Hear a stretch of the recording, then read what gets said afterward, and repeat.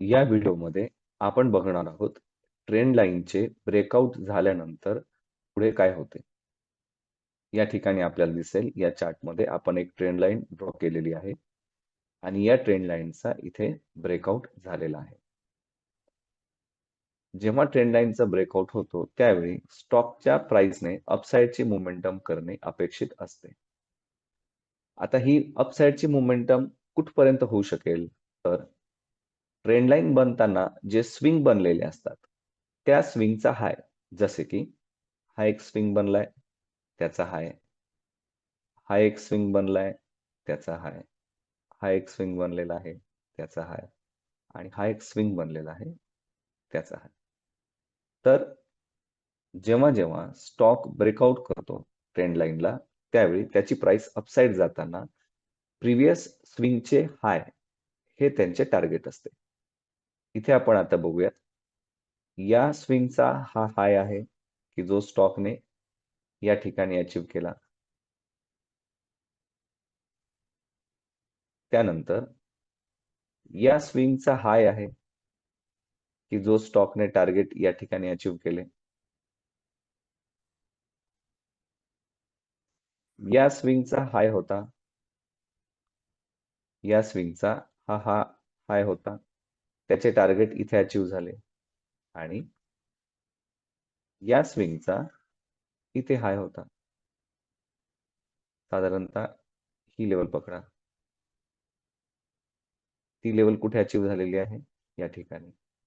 म्हणजेच शॉर्टमध्ये सांगायचं तर ज्या वेळी ट्रेंड लाईनचा ब्रेकआउट होतो त्यावेळी ट्रेंड लाईन तयार होताना जे स्विंग बनलेले असतात त्या स्विंगचे हाय हे स्टॉकचे पुढचे टार्गेट बनतात. आपल्या समोर चार्ट आहे झी एंटरटेनमेंट एंटरप्राइजेस लिमिटेड.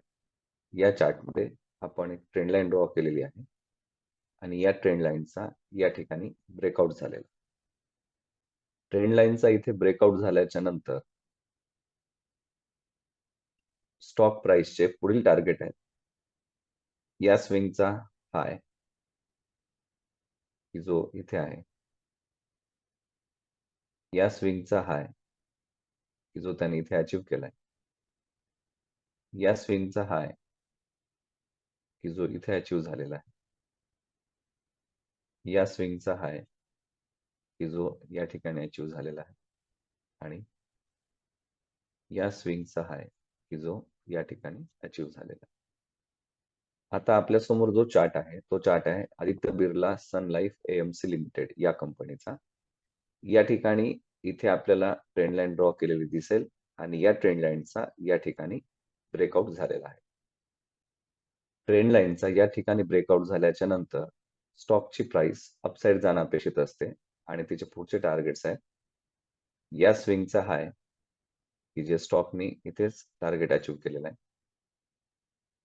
या स्विंगचा हाय की जे स्टॉकने टार्गेट इथे अचीव्ह केलेला आहे, या स्विंगचा हाय की जे टार्गेट स्टॉकने इथे अचीव्ह केलेला आहे आणि या स्विंगचा हाय की जे टार्गेट स्टॉकने या ठिकाणी अचीव्ह केलेला आहे.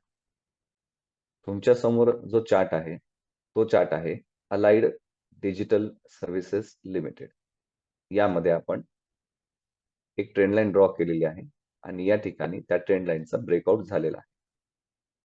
या ठिकाणी ट्रेंड लाईनचे ब्रेकआउट झाल्याच्या नंतर स्टॉकने या स्विंगचा हाय हे टार्गेट अचीव्ह केलेलं आहे. त्यानंतर या स्विंगचा हाय हे टार्गेट स्टॉकने इथे अचीव्ह केलेलं आहे. या स्विंगचा हाय हे टार्गेट स्टॉकने इथे अचीव्ह केलेलं आहे आणि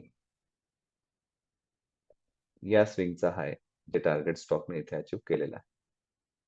आपल्या समोर आता चार्ट आहे तो आहे ऍडव्हान्स एन्झामाइन टेक्नॉलॉजीज लिमिटेड या कंपनीचा आणि या ठिकाणी आपण एक ट्रेंड लाईन ड्रॉ केलेली आहे आणि या ट्रेंड लाईनचे इथे ब्रेकआउट झालेले आहे. या ट्रेंड लाईनचे या ठिकाणी ब्रेकआउट झाल्याच्या नंतर स्टॉकने जे टार्गेट्स अचीव्ह केले ते आहेत या स्विंगचा हाय की जे टार्गेट इथे अचीव्ह केलेलं आहे, या स्विंगचा हाय जे टार्गेट स्टॉकने इथे अचीव्ह केलेलं आहे, या स्विंगचा हाय जे टार्गेट स्टॉकने इथे अचीव्ह केलेलं आहे, आणि या स्विंगचा हाय जे टार्गेट स्टॉकने इथे अचीव्ह केलेलं आहे. आणि या स्विंगचा हाय जे टार्गेट स्टॉकने इथे अचीव्ह केलेलं आहे. आणि या स्विंगचा हाय जे टार्गेट स्टॉकने इथे अचीव्ह केलेलं आहे. आणि या स्विंगचा हाय जे टार्गेट स्टॉकने इथे अचीव्ह केलेलं आहे. आणि या स्विंगचा हाय जे टार्गेट स्टॉकने इथे अचीव्ह केलेला आहे.